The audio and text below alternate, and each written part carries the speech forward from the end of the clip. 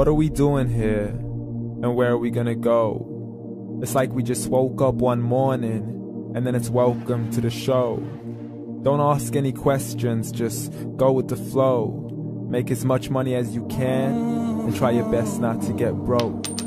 Copy everything you see on the TV, from the hairstyles to the clothes, and don't think too often, just do exactly as you're told. And if you ever get confused, then just turn towards the alcohol. You still hear your thoughts? Then just turn up the radio as you learn to live a lifestyle of drugs, sex, and rock and roll. But in all honesty, I just need to know, is there more to the cycle than growing and getting old? Living and dying just to leave behind a happy home and a whole lot of property that somebody else is going to own. I just really need to know before the casket's closed, 'cause I'm not willing to gamble with my soul, nor am I ready to take any chances. These are just simple life questions, and I'm just searching for some answers. Like, what are we doing here? And what is our purpose? How did we get here, and who made us so perfect? And what happens once we go, or is this world all really worth it?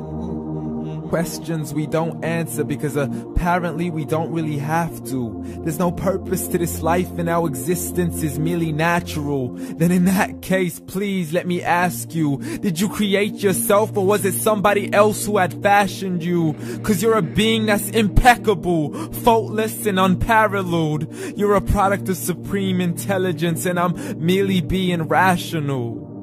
For there isn't a camera on this earth that can come close to the human eye, nor a computer that can compete alongside the human mind. And if the whole world was to come together, we wouldn't be able to create a single fly. So many signs, yet we still deny. As science tries to justify that all this could come from none, when it's a simple sum. 0 plus 0 plus 0 cannot possibly ever give you 1. So from where did all this order come? For everything has its origins, a maker, a creator of its own. I mean, the only reason you're watching this video is because somebody had to press upload. So we can believe in the Big Bang, but I'd rather believe in He who caused it to explode. Allah, the creator of everything, along with every single soul. The ever-living, the master, the only one who is in control. Unlike his creation, beyond our imagination. And no, he's not a man, nor does he have any partners in association. He's on his own. And no, he did not ever leave us alone. Just like every manufacturer, he left us with an instruction manual. The Quran and Islam, and I'm sorry to jump to conclusions, but it's the only one possible. The only definition of God is the one and only supreme being. It's logical. A book with 0 contradictions, with miracles that are both scientific and historical, all revealed over 1400 years ago.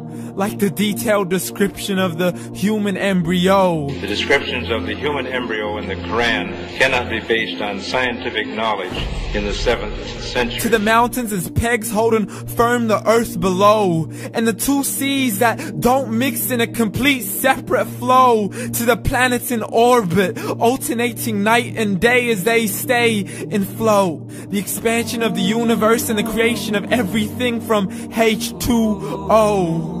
To the stories of the past and the preservation of Pharaoh. To identifying the lowest point in the land where Persia defeated Rome. The gushing fluid that created man in the glands between the ribs and the backbone. And not a word has changed, it's still the same. So please explain how all this was known over 1400 years ago.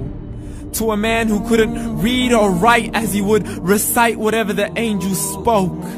And if you still don't believe, please try to come up with something that's even close. But you can't, so we took God as a mockery and his messengers as a joke. Muhammad could not read or write. How's somebody who can't read or write gonna start a religion? Dismissed his scriptures as legends and tales of the ancient folk, as we live life according to our whims, desires, and hopes. saying this life is the only home we will ever know. We will live then die then simply turn to bones. YOLO! Correction, after the grass dies, the rain arrives and it regrows, and Allah promises to do the same thing to your very soul and bring you back from your very fingertips to your toes, as the all-seeing supreme being watches us so close, and we are surely being tested in our wealth, our health, and our self, and everything that we've been blessed with. So believe, for we will surely be resurrected and be brought back to our Lord and account for every single deed, as He hands us our books and orders us to read. From the bad to the good and everything in between. You yourself are sufficient for your own accountability, so don't be mad at me. You are the one who thought He wouldn't come back to me. I gave you a whole life long to search after me, but you were busy in all that which was temporary. So read, and glad tidings to all those who believed. And if you disbelieve, read.